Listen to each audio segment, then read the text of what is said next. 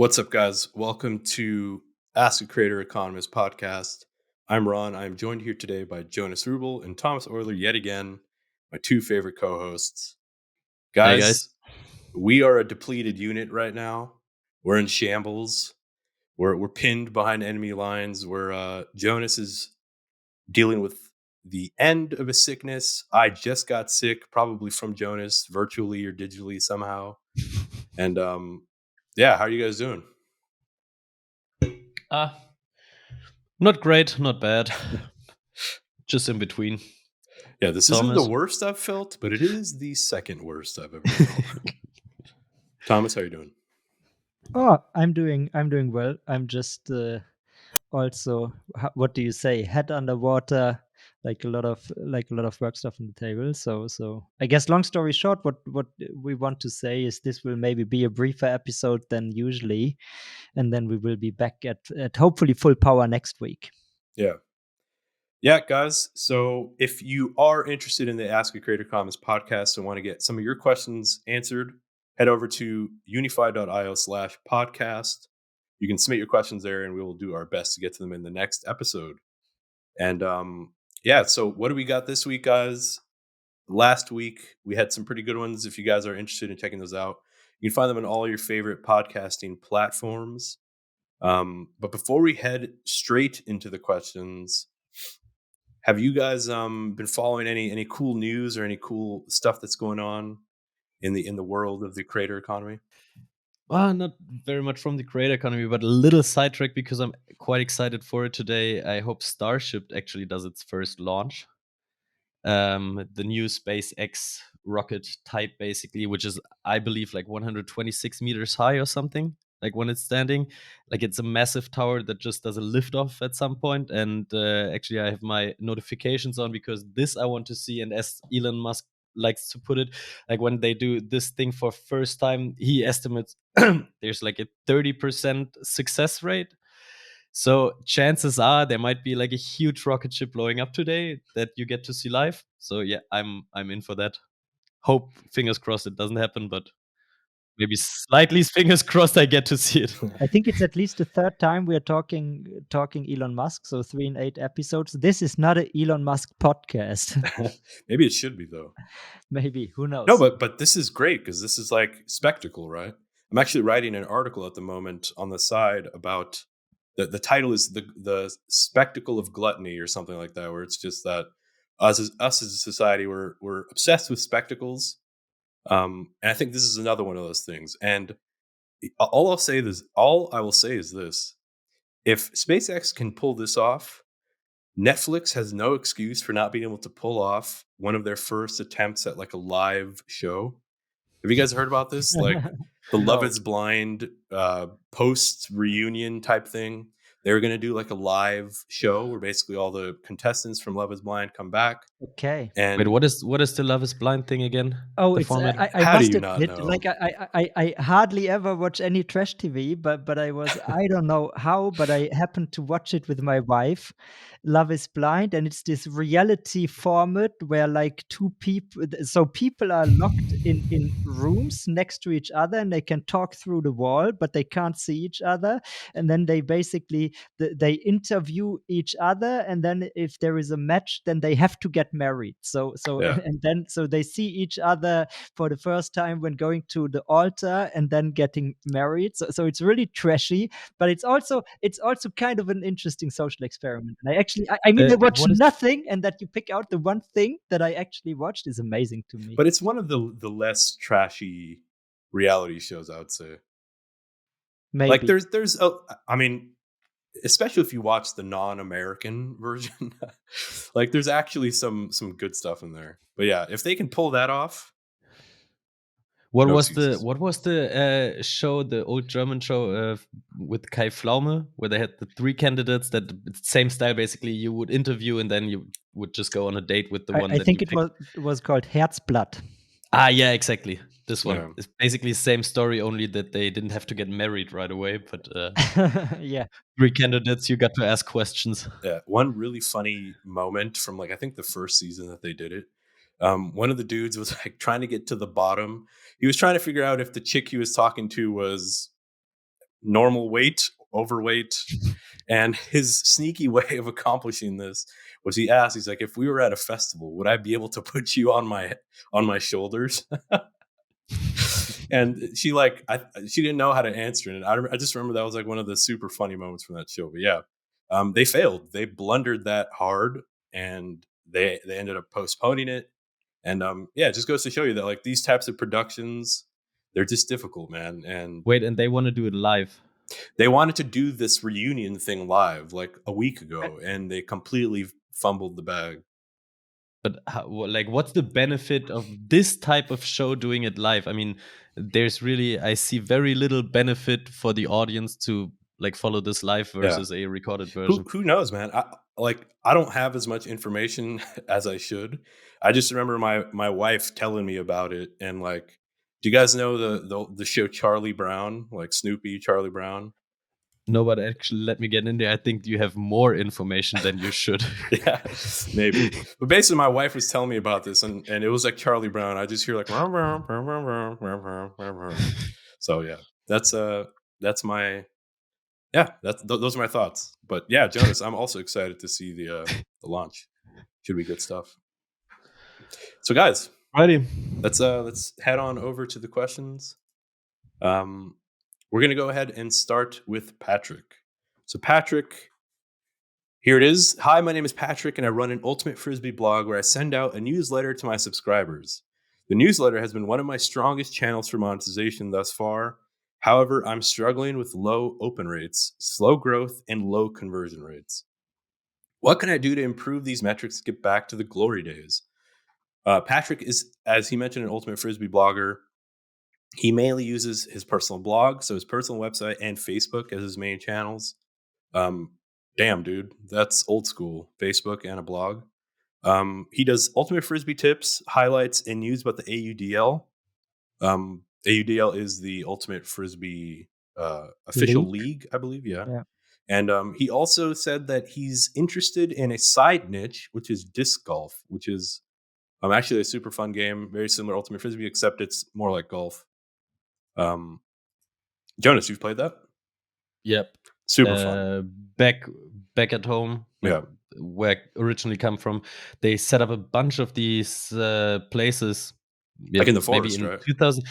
Yeah, like I think in 2010 there was like a wave of these things popping up all over the place, and it was actually, I mean, it's cheap. You rent the set of discs for $5.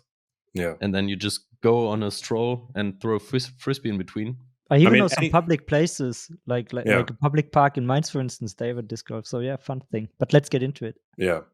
So so Patrick has some issues. I mean, I'll just quickly summarize them again. Low open rates, slow growth, and low conversion rates. Now, Patrick, I'm going to go ahead and take this one because I've jotted down some notes for you. So I want to break this into a couple of categories. We'll first tackle the issue of growth and growing your newsletter, right? So you said it's been slowing down. Now, the first thing I want to do, and I'll post a picture of this to give you a good example, but I'll try to explain it for the audio listeners here.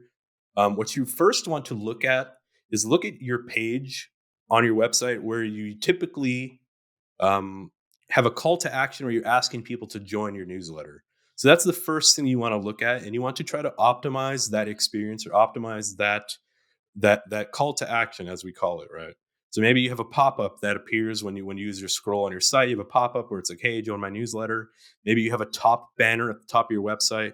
I don't know exactly what you have because you haven't listed the website, but you want to look at that and you want to try to optimize that component of your newsletter call to action first, right? So when it comes to the design, the format, where it is, how it appears, you want to optimize that.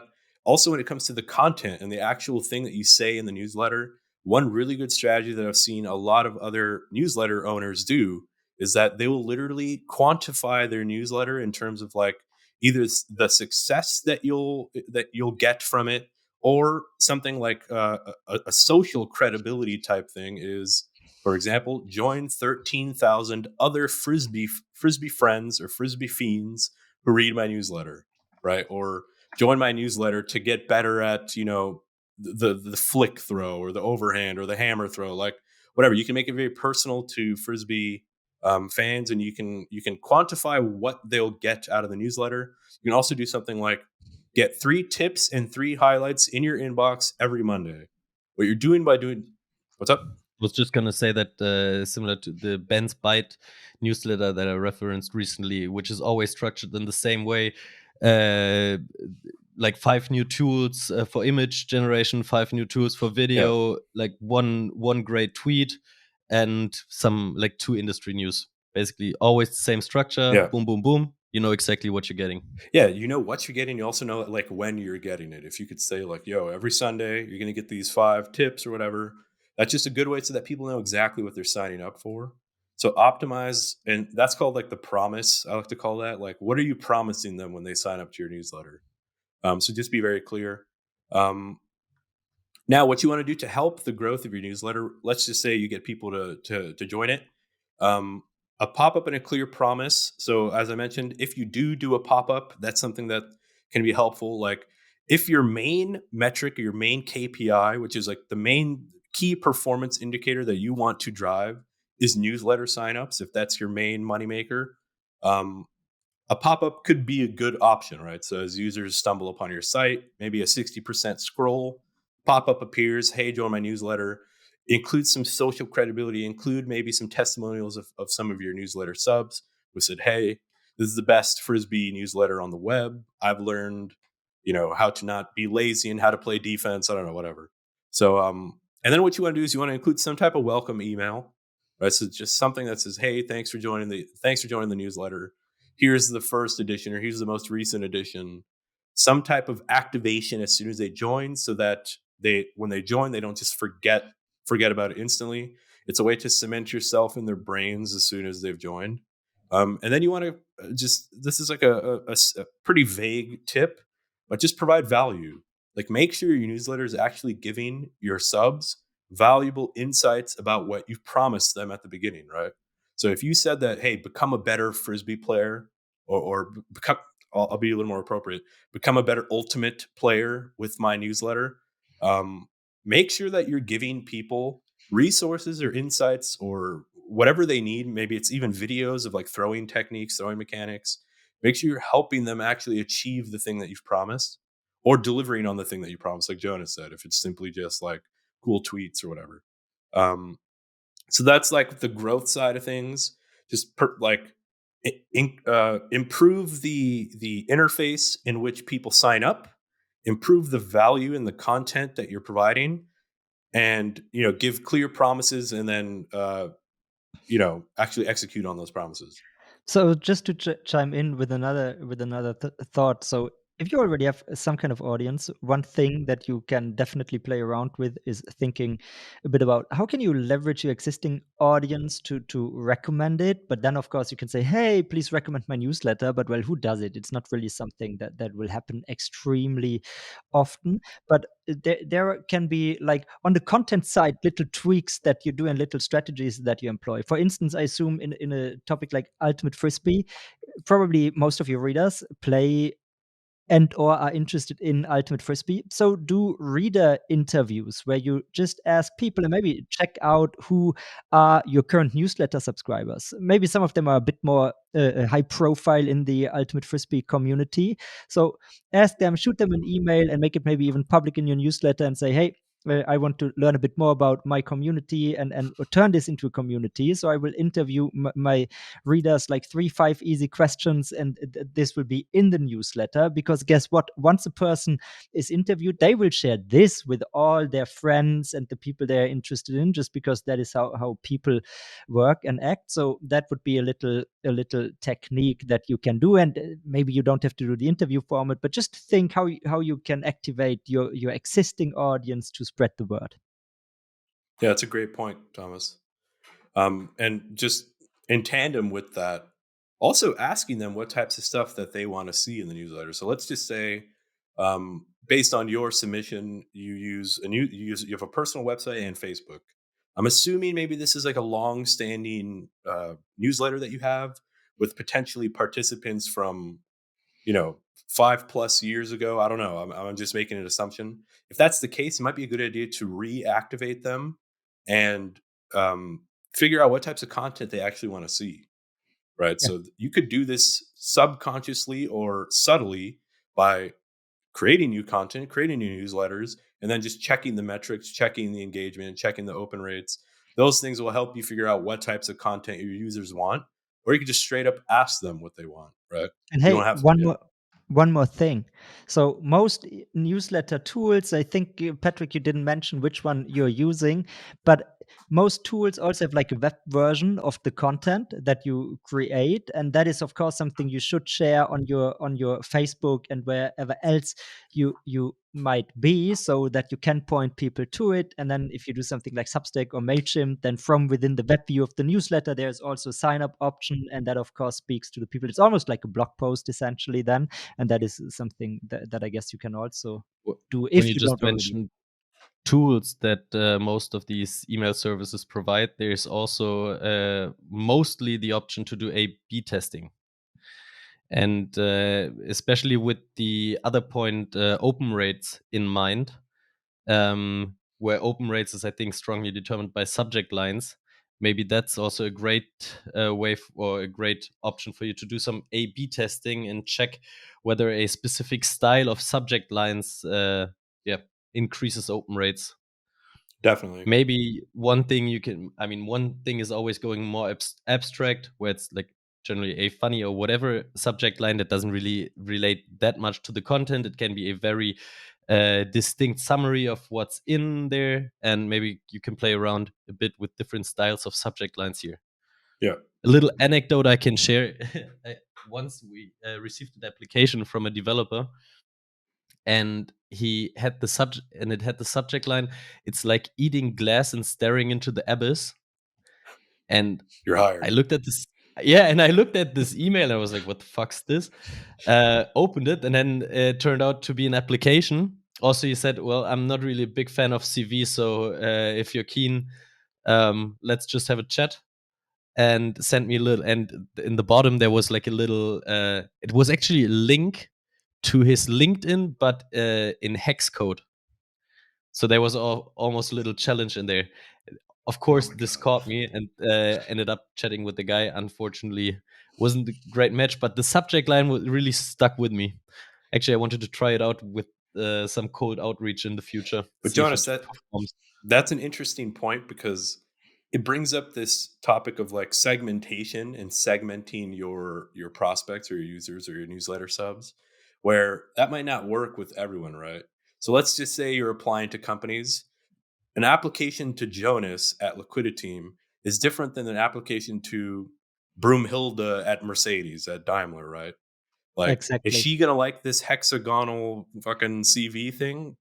I don't even know if she knows how to open an email. Like, so you just need to know your user, know your prospect, and know that like some strategies work for others. And that brings up the point of segmentation. And perhaps it's a good idea, if you have a large enough list, to segment them by some variable. Choose a variable, choose one or choose two, whatever you want. You can do multivariate or single variate. Maybe it's age, if you have that type of information. So based on the type of information you've ascertained from your user, you can start to segment them by those metrics, by those different pieces of information. So maybe you got their name, their last name, their geography, their email. I don't know. What are some other things that Frisbee newsletters might gather? Like if you would know, for instance, which people Intermediate sign. level, like beginner, intermediate. Yeah, but if you would know stuff like, look, this person signed up because of disc golf and this person signed up because of ultimate frisbee. Very simple thing. Interest, yeah. Like have a different headline, can even be the same newsletter, but one that focuses on disc golf, the other one on ultimate, Yeah. as a headline. Yeah. Yeah, so definitely that's segmentation. That should help your open rates. So combined with Jonas said, where make your headlines. So I wrote some notes. So there are a couple of like buyer or user psychology elements that are effective. I'll just list a few of them. Urgency. So some type of urgency, that's usually for like business to business, business to consumer type stuff. If you're selling, create a sense of urgency where the user has to click it. Hey, like check out this offer before it goes away. Like I know I have a good use case for this. I was recently on the market for a new webcam, Elgato released a 4K 60 frame per second webcam. It's like the first true 4K webcam.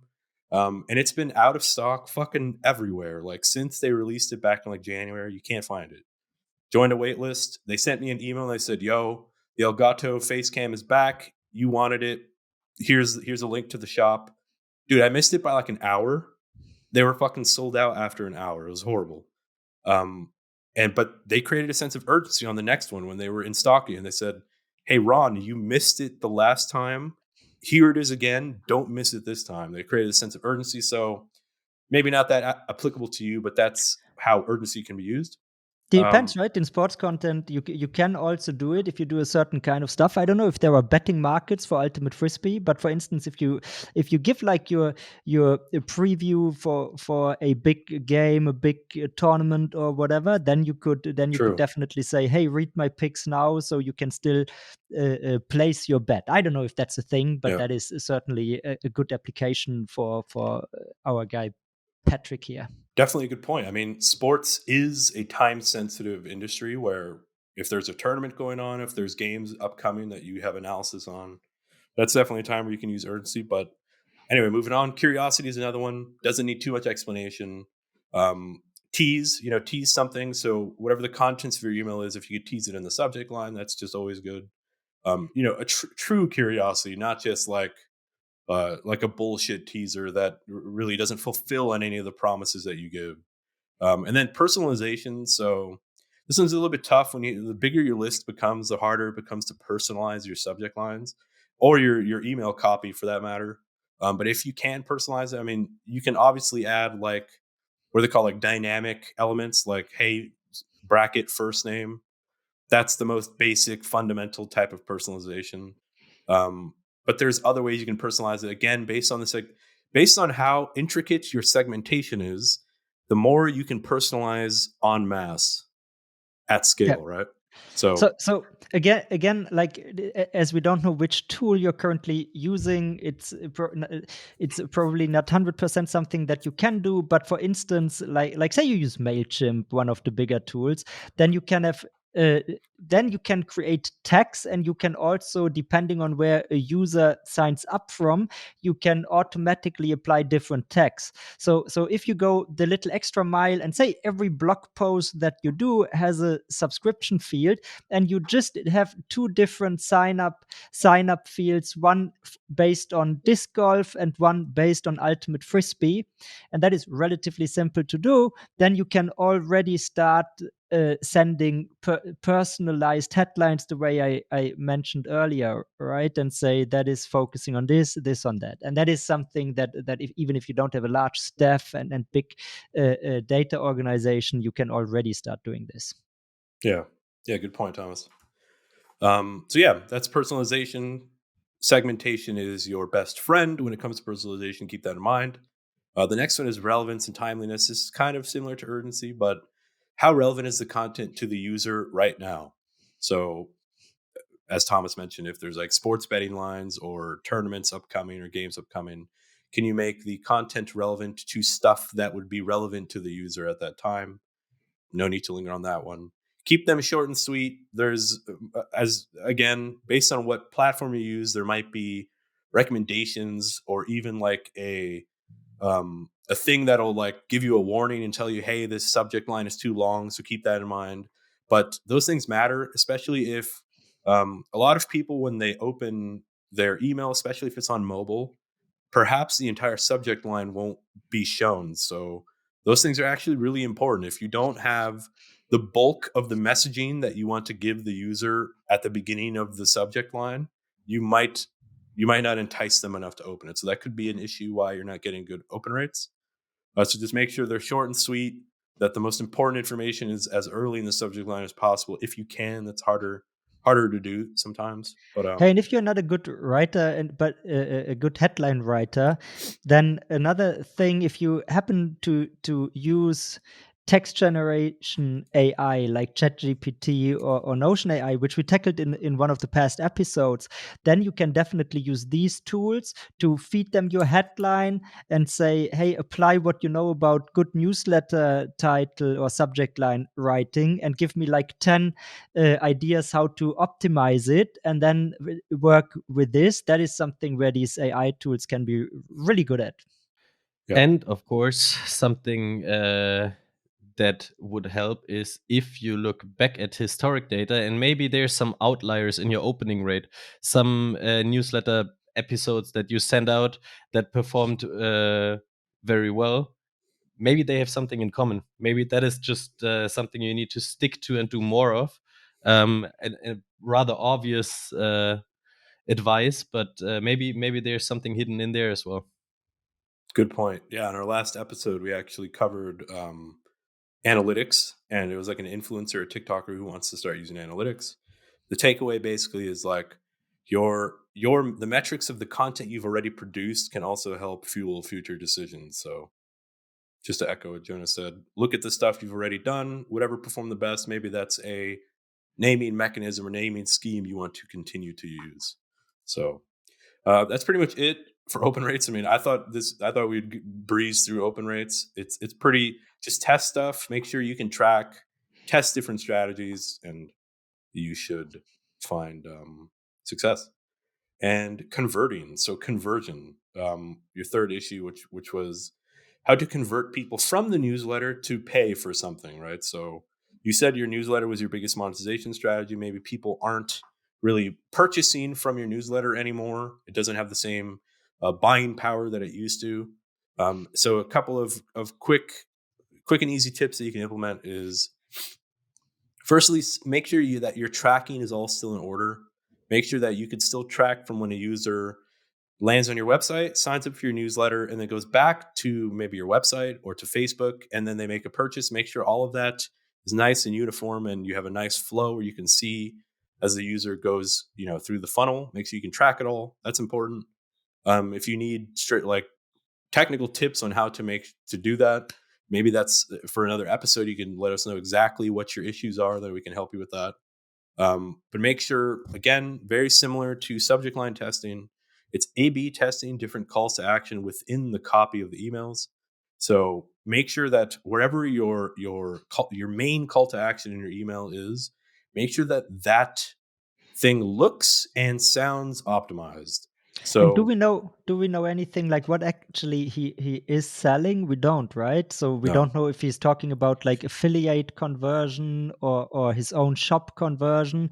I yeah, mean, I would almost assume it's affiliate, yeah, and then maybe it's more hidden in the content anyways, because you just put links under stuff that you talk about in the newsletter. So at which point you could at least also test whether it works with your audience if you make it a bit more explicit by adding call to action elements, because maybe you don't even have some. yeah. And yeah, but of course, maybe if it is your shop and you put proper shop items in there, then play around with how these look and A/B test. I think it's a safe assumption, though, Thomas, that if it is affiliate marketing, um, I think we can assume it is affiliate marketing because I don't I know. would think That's so. typically the business model, right? Yeah. Yeah, yeah, and with that in mind, I've noticed that with affiliate marketers and bloggers specifically that use affiliate marketing, one of the strategies that I like and I'm more willing to actually purchase personally is humility and straight up just being honest. Like, guys, like, I use these products. I love these. Ultimate Frisbee gloves. If you guys buy them, I'm going to get a small cut. It helps, it helps the project. It helps the blog. It helps me. Having that Also, it humility doesn't and incur any extra cost for you, yeah, but it it's literally basically costs you just nothing. something I Yeah. benefit from. Yeah. Yeah. It's the scummy, schemy type of black hat affiliate marketers. Those are the ones where, yeah, I mean, low shelf life. Stay away from doing that kind of stuff. But yeah, that's conversion. Yeah. For sure, Another and one. even you, Yeah. you might even want to recall it. I listened to one basketball-focused podcast, and this guy just puts Amazon links, and it's just an affiliate, and then like he has in every podcast description there's also just a link to one thing. But of course, Amazon affiliate works in the way that whatever you put in your basket after you clicked on the link, this will be attributed to the person whose link you clicked. And then he says, hey, if you just want to do me a favor for your next Amazon purchase, use my link here, and then I will get something, and it's an easy way to help me. And this can also be something where your dearest, most loyal readers, they certainly will be, if they think about it, able to click this link before buying on Amazon, and this might benefit you. I don't know if every purchase all the time will directly get the affiliate fee The on cookie. Amazon, but I think the cookie for Amazon is 24 hours, if I'm not mistaken. They've changed it a bunch of times. The session cookie might be up to 7 days. Like technically, it would be possible, but could Okay. also be 24 hours. But you know what I just thought of, which is interesting?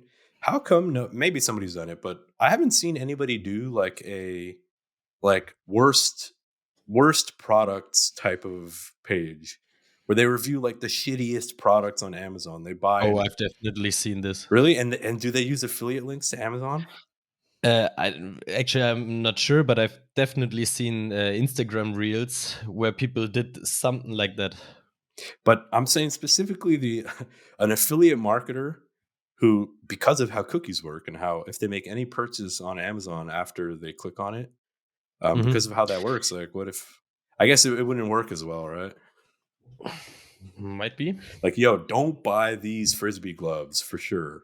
But these other But also, ones. if you reference hilarious reviews, Yeah. because these tend to build up on shitty products, then people might be very keen on browsing the product themselves and then end up buying something else. I'm sure you guys have seen the one of like the huge inflatable ball that someone brought to a beach. Where basically the review is Nope. like, I bought this inflatable ball, and after like 30 minutes of blowing it up, it trampled everyone on the beach. Like, rumor has it, you could still find that ball. Like, the winds picked it up, and it's like the funniest Amazon review you ever see. But There's also a great bunch of little sidetrack of great reviews on. There's a Swiss Army knife, but a big version. It's like massive. I think it's like 1.5 kilograms, and it has like every single tool that Victorinox have ever put on a Swiss Army knife. And then the comments go something along the lines of, "Yeah, it's a great product, but the build a nuclear power plant doesn't really do its job," and all of this nonsense. It's a great laugh. yeah, good stuff. So we'll finish up this question. So when it comes to conversion, another couple of tips I have for you is that offering incentives like limited time promotions, freebies, exclusive access to premium content can potentially help you increase your conversion rates. So just most newsletter creators have a very simple business, right? I create content, I push products, or I push affiliate links, and I hope that people buy them. And the relationship ends there for a lot of newsletter creators. But if newsletter creators are a little bit more crafty and use things like treat your newsletter like it's a business stream, like it's a business channel, and engage with your fans, engage with your users. Um, Offer like premium content that only newsletter subscribers get if they purchase, right? So just like another screen, another element of gated content. So the first gate is the email. The second gate is, hey, are you a paying email subscriber or a paying user? You get even more content. So that can be another way that you can increase conversion, so that you just sweeten the deal a little bit uh, for them to become paying customers. And yeah, that's pretty much it. I mean, the same types of psychological elements that I mentioned earlier: scarcity, urgency, fear of missing out, FOMO. They're very strong elements where, if you want a user to perform a buying action, typically scarcity, urgency, and FOMO are three very strong psychological factors. Just be careful with those. It can come off very salesy if you try to implement that kind of stuff. So just be wary. And also like what we didn't talk about in the context of conversion, but of course it is maybe a taking it one step back type of question. But are you trying to sell the right stuff that to your audience? Is it the right product? So if you do, so say people really love your newsletter and what you do, but you do, I would then assume, ultimate frisbee. You have a lot of ultimate frisbee product, but people already have their frisbee. I don't know how much other gear you need to buy on the regular, so people don't buy this very often, but maybe they love your content. Maybe the better way to go about monetization and conversion is to say, hey, maybe I can turn my writing and my newsletter into more of a product, and then you jump on Unyfy, which I guess is the best and most flexible platform to monetize your content directly. Of course, there are other alternatives as well, but make this the product and convert people to this. And likewise in like product categories, I would not assume that you have an ultimate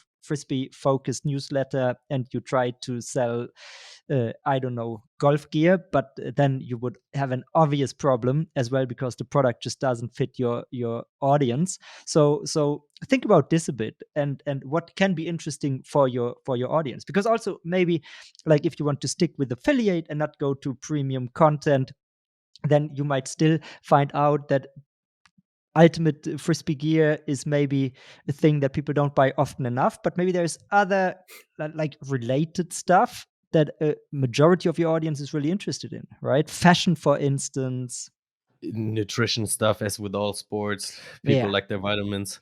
By the way, I was just wondering, do you guys know Amazon offers you the option to buy the same product again that you've bought in the past? Like when you go through your past orders, there's always the buy again button, and then it's just streamlined process.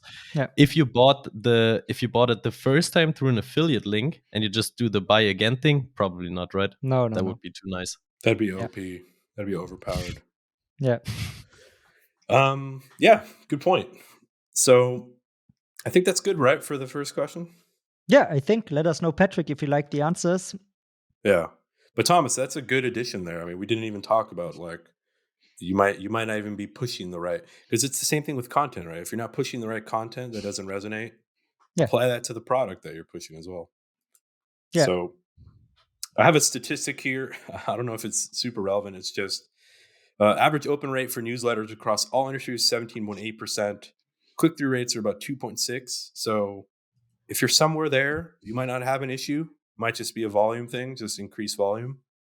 So yeah, look at your specific industry. I don't know if there's like a ton of data on like ultimate frisbee newsletters. But it's maybe like sports. you and 3 other blogs like to look at, I guess. Yeah, but the sports category, I guess, like could non-mainstream sports, that should probably be a fair category to put yourself in. Yeah. I mean, I don't know how deeper down you can go than ultimate frisbee and disc golf, but yeah, I hope that helps. Patrick, let's go on to the next question, yeah, guys. So the question, the name of this person is I prefer not to say. I guess that's maybe not a real name, but it's a super weird name. Sounds like Latin, right? French, something like that. Could be a section from Lore Ipsum text. I'm very intrigued by this question now. If somebody wants to remain anonymous, you know. I've worked in the sports business industry for over a decade now. That's also how I got aware of Liquidity a few years ago when the BVB app launched. I was active in various roles, starting as a partnership manager, doing social media, and lately more business development. I enjoyed being responsible for creating content back in the day, and I love doing it on the side, but I'm a bit lost on where I should start. I have a large network in the industry. He's a business development manager or representative at a German Bundesliga club. He really only uses LinkedIn, he said, and he likes to discuss business behind sports. And yeah, who wants to take this one? I mean, I can start it off. I think this question provides various degrees of freedom in what you can discuss because there's not too much in it. But I guess generally speaking, when you say you love creating content and you would do that, then the general question would be, hey, do you enjoy doing written content? Do you enjoy doing podcasts in general? Is it more long form? Is it more short form? So that's an overarching question. I think, I mean, I guess when you edit that sentence at the very end, I have a large network in the industry, you kind of guessed correctly that this might be a good entry point, and something along the lines of an interview style format. Couldn't be either podcast, can be written, might be nice, because there's a lot of people that would love to have conversations with people in the sports industry but don't have the access. If you have this access, try to capitalize on it. And I bet, I mean, Thomas and I have been to a lot of sports conferences by now. The community is very small and tight knit, so to say. So if you've been in it for over a decade, chances are there's many decision makers that you have met, that you know, that you might be on good terms with, and maybe just within the group of friends or whatever, like people close to you, there's already a few good starting points in this direction. Thomas, what you look like you want to add something to it right from the get-go? No, go ahead. I'm listening. So that obviously a good starting point. Then I guess the question is really, what do you want to make of the information that you want to get from them? Is it more current events? That would be obviously one option. The other thing that I could think of is anecdotes that the public knows very little about, and is maybe a few days old already. So you can maybe share some information that back in the day used to be confidential or shouldn't hit the public, but by now is basically free to share. I think that's always stuff people crave. Also, maybe there's some stories that you can share where a success was born out of sheer luck. Somebody did something stupid and it ended up being a huge success. And by now you can basically tell the truth story behind it. Could also be fails that nobody noticed because they were managed well, and by now it's fair game to discuss them. I think that is a really cool idea. So there have been, and there are these blogs. I cannot remember these names, but there were at least two of designers who shared stories of what they experienced with their clients, because Yep. clients are just so way too stupid to write good briefings and so on and work with designers. And they were so hilarious. They were super famous, these blogs. And yeah, doing this like from inside the sports industry, I guess this could have a lot of potential Bro, to but be really funny. can I just And say something real quick? Like, yeah, I think a mistake or a pitfall that a lot of like content creators make early on is we're always trying to find like silver bullets, the wrong word, but we're always trying to find like, okay, what's the best business model or the best type of content that'll perform well to people? And I tend to agree you should do that. You shouldn't just like, write about, I don't know, whatever random interests you have, but you should try to write about the things that you're also interested in. Like, what are some of the things that you've been researching in your professional career, and some of the things that have to do with your job? Like, can you simply share some of your findings, some of your learnings? For example, this podcast, I started doing video editing and audio editing very recently. Um, Sharing my learnings on that journey of becoming a more adept, full stack marketer, that could be like a type of niche that I can fall into and write about. And it's very clearly, it doesn't take extra effort, where it feels like it's a job to you. If it's something that you might be like, oh shit, man, I don't have the time, or the I don't have any more like brain mana to do more stuff outside of my job. Like, this could just be like an additional thing that you add. And yeah, I just want to add that, like, try to make it something where we say this in almost every episode. I'm even getting sick of it, but what's your unfair advantage? What's something that you could bring an angle that is maybe, uncovered by other writers or people?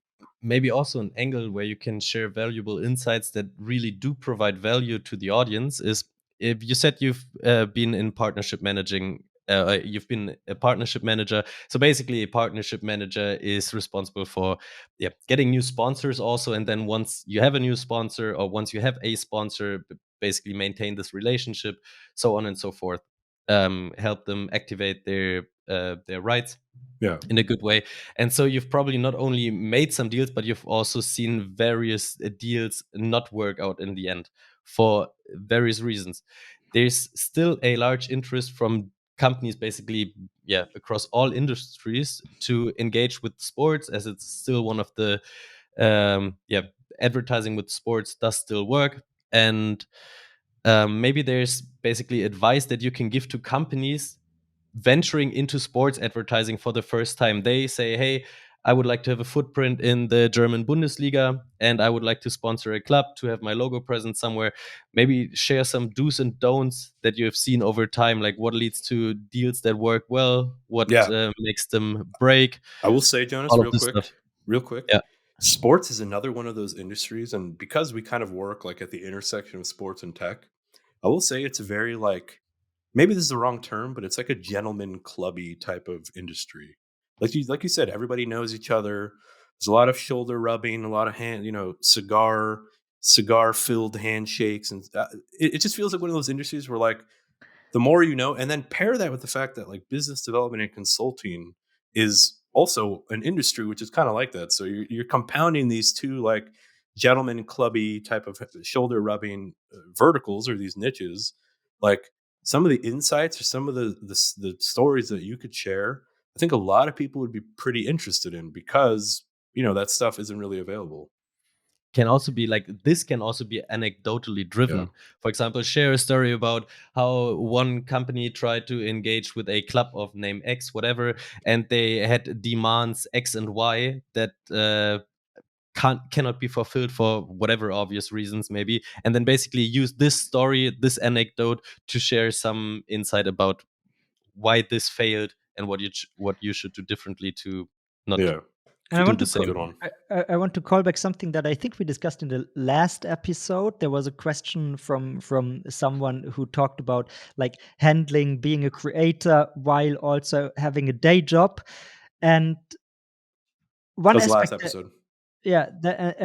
there we talked about one aspect that I definitely would also like to bring up here. So really be clear about what your goal is and what you would like to do, because this will really shape the which form you are going to take. Because like really that is so open a question, and so has so many ways to tackle it. I would start there. Do you want to do something to make career progress? It's not something that you say, but could be implied in there. So then you maybe want to really do like content and things that position you as an expert within the sports industry, something that is maybe a bit more factual, even though of course use all the anecdotes to make it relatable, to also underscore that you've seen a lot. But if you have a different motivation, if you just want to do something on the side because it was fun to do content back in the day and now you do all this biz dev, then maybe just write stuff that is funny to you, that is entertaining, that you talk about, and see where it goes, because you don't have this clear of a sense. And you can maybe lean more in the key, stay anonymous like you are here with your question, and do what Jonas suggested before. But really be clear about your goal, because this will even determine which channel you should be going to, right? Like people can use LinkedIn to great effect with LinkedIn content, and there is even the possibility to do publications on LinkedIn. So that is definitely for the industry expert positioning thing something you want to do. But if you want to do a funny newsletter, maybe you need, or a funny blog or whatever, then maybe it's a different tool that you build your creator career on. You can do both, though. Sure. I know a very, very popular strategy nowadays, especially like from like Twitter newsletter writers. They do this. We've covered this as well, like shit posty / tech business type stuff. It tends to work well because it's entertaining and informational, educational. So No, sure. yeah. And Also sports, depends I on think, your is an tone and your industry. personality, right? In the Yeah. end, if you create, if you are a good storyteller, if you can be funny, maybe incorporate this. If you're not, don't try to be this just for the sake of doing it. I mean, I know about myself, I'm just not a great comedian, and I don't try to be one. So Hey, oh, Thomas. I mean, yeah, you are. one more option also, if you're still actively working at a club, you can make this club the theme if you like to, and maybe do the anecdotal stuff basically around this team, and with the access basically talk to different employees, like how come you started working here, what brought you to this club. I mean, probably there's even more interesting stories, not on the like management and higher levels, but maybe also at the, I don't want to say this, but bottom tier jobs, whatever you want to call this, like blue collar jobs, like somebody that sells tickets in front of the stadium. I bet they have a few interesting stories to share. Oh, yeah. Might not be the business behind sports that you had in mind, but I think this could also be something very interesting. But it's typically these what'd you say, blue collar? I always get them mixed up. White collar, blue collar is I like, think white collar is the finer ones. okay, No? so yeah, like it's Yeah, typically white yeah. collar is like financial desk Yeah. workers, and blue collar is like You'd be With the surprised, feet on hands. the ground. like blue collar stories and blue collar perspectives work substantially well, man. Like I follow a couple of YouTube channels, or I subscribe to them, where one of them's called like Japan Fine Cuisine or something like that. Basically, a dude just goes around. There's zero narrative, there's zero exposition, zero commentary. He's just filming like people. They're opening these little like food trucks, and it's like hard, it's gritty, and he's just showing the lives of people who are like struggling. And dude, he's got like 1 million subs on YouTube. People love it because it's like artful, and it shows like real people doing real stuff. So Authentic. yeah, it's authentic. Something we mention That's the at least word. once per episode also, that Yeah. authenticity is something people crave. So if none of you has another point to make, nope. I have a final really good set of advices for unnamed listener here. So number one advice: go back and listen to all the other episodes, all the other 7 episodes that we did so far, because I think you will get a lot out of those for thinking about how you want to set up your own project if you want to start it. So that is advice number 1. And advice number 2, definitely build your career on Unyfy, and then use social media as a distribution channel. But use our toolkit because it's really superbly made for creators, and it gives you so much options to not only build and grow an audience with all the cool publishing tools and community interaction tools, but what it also does is it gives you a lot of forward flexibility in terms of how you want to monetize, both with advertising partners and brands or direct to consumer stuff. And I think in that it's a really unique proposition with Unyfy, that we give you all the tools really you need to build a creator career on top of it. So these are my 2 advices. I know they are advertising, but we really do believe that we are building great stuff here, and that is why we recommend it, even though we are biased. I mean, technically, this episode was brought to you in partnership with Unyfy. Yeah. They're our main sponsor. Yeah. Yeah, guys. Also, only one. If you want to get on board with the sponsorship thingy, just send us a mail or something. Yeah. Nah, Well, we got like a 30 we will keep second. the sponsor free. We take the signups instead. Okay. Well, you can reach out to me personally if you'd like to do a 30-second ad read. Yeah. Don't put Thomas in CC. I'll blend it in. I'll be like, oh, Thomas, what an interesting point you just made. Speaking of socks, do you guys know that I have this MeUndies. sock brand that I really, really love. Yeah. Yeah. Ridge Wallet. Yeah. All right, guys. So Get sponsored. thank you. Thanks, guys, for joining. If you guys are still here with us, please give this a review wherever applicable.